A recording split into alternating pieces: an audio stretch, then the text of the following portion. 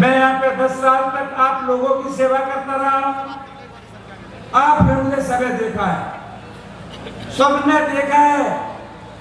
कोई भाई बहन दुकानदार, कोई परिवार ऐसा नहीं है जहां मैं घर घर ना जाता हूँ कि दुकानदार के भाई के पास ना बैठ के बात करता हूँ। चाहता हूँ कि मेरे सामने हम दोनों की डिबेट की जाए। जो हार जाए उसे वोट मत देना, जो जीत जाए। चारों वार्ड के अध्यक्ष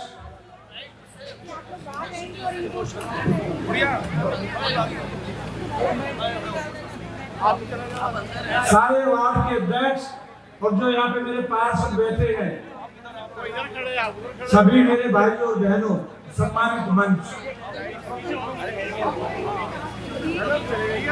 मैं यहाँ से आम आदमी पार्टी का प्रत्याशी हूँ। सबसे पहले तो मैं अरविंद केजरीवाल का शुक्रिया अदा करूंगा कि ऐसी भी पार्टी होती होगी, मैंने सपने में नहीं सोचा था। क्योंकि हम तो मेहनत करते करते पार्टी के अंदर बहुत सारे कार्यकर्ता मेहनत करते हैं, जहां पे पहले पार्टी में था, लेकिन पता नहीं क्यों क्या हमसे गलती होती थी, क्या मुझसे गलती होती थी, बार बार टिकट डिक्लेयर करने के बाद काटते रहे। अरविंद केजरीवाल जी ने मुझे बुलाया और बुला के पहली लिस्ट में मेरा नाम डिक्लेयर करा, इसलिए मैं उनको बहुत बहुत शुक्रिया अदा करता हूं।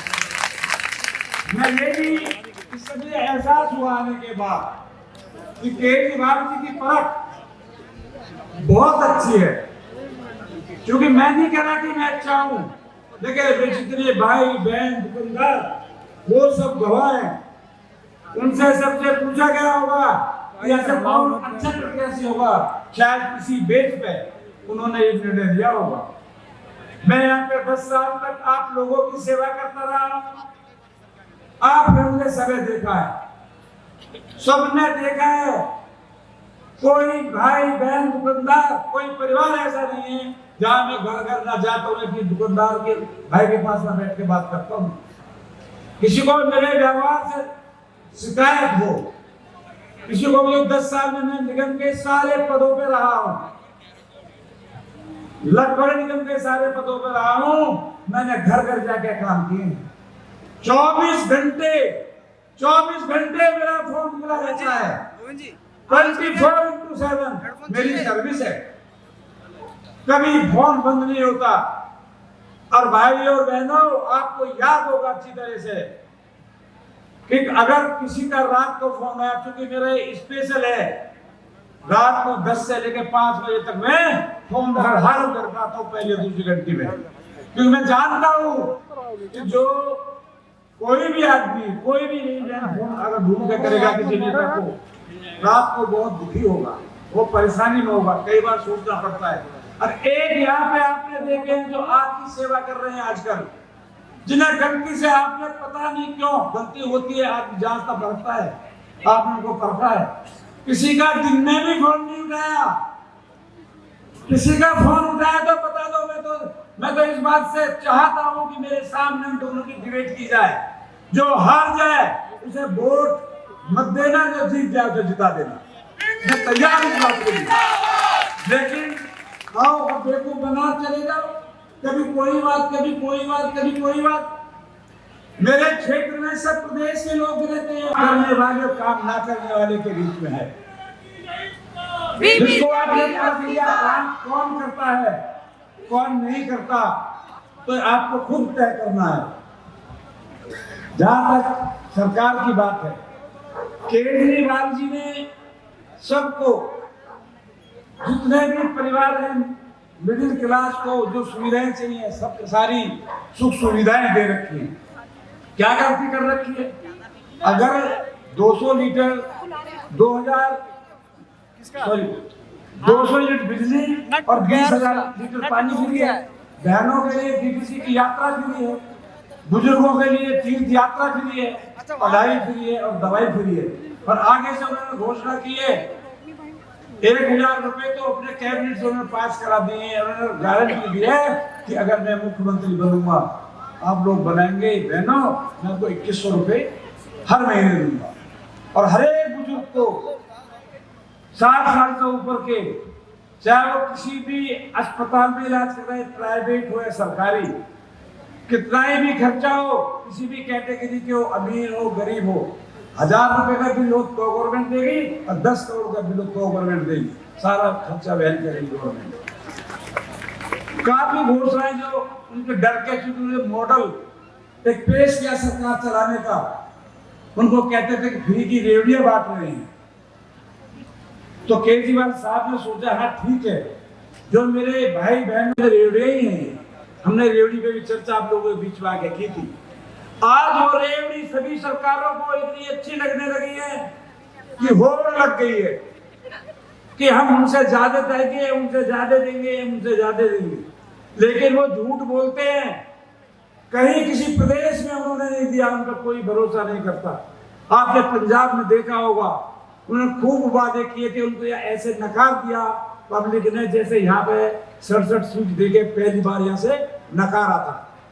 तो उन पर विश्वास करते केजरीवाल साहब पे, क्योंकि वो बहुत दिलेर व्यक्ति है, बहुत दिलेर व्यक्ति है। वो कमिश्नर की पोस्ट से रिजाइन करना वह क्या नहीं है, हर सुख सुविधा वहां है, दोबारा फिर मुख्यमंत्री बने उससे रिजाइन करना, और फिर उनके साथ जब जांच हो रही थी और उनको टॉर्चर किया जा रहा था कि आप इस्तीफा दो, नहीं दूंगा जब तक पाक साफ नहीं होऊंगा।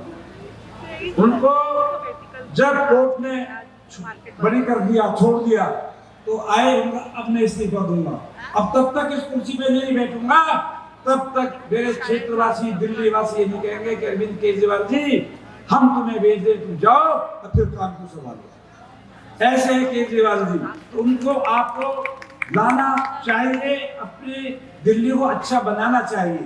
सुख सुविधाएं चल रही है वो जारी रहेंगी। भाई और बहनों, मैं कई बार जाता लोगों से पूछता था कि क्या चल रहा है, तो सारे बेचारे मेरे जितने भी रेजिडेंट्स हैं जो मिलते थे कहते थे जी अब आप कब आओगे।